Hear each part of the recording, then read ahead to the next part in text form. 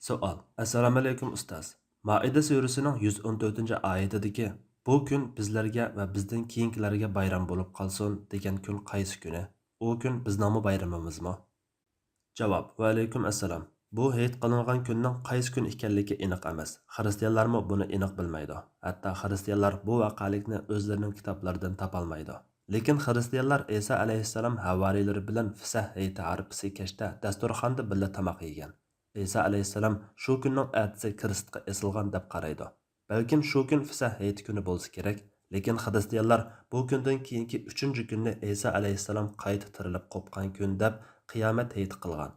Bu hayitlar xristianlarda har yili muqim bir kunda kelmaydi. Odatda g'arb chirkovlari 22 martdan 25 aprelgacha bir kunni bekitsa, sharq chirkovlari 4 apreldan 8 maygacha bir kunni bekitadi.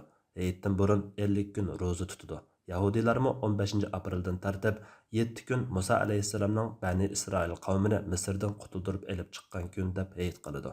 Bu hayitlar bir tarafdan Navro'zga chatildi. Valhasil u kun bizlarga hayit emas, chunki u Isa alayhissalomning qavmiga xos edi. Allah eng to'g'risini bilguchidir. Fatvoda Doktor Abdul Aziz rahmatulloh.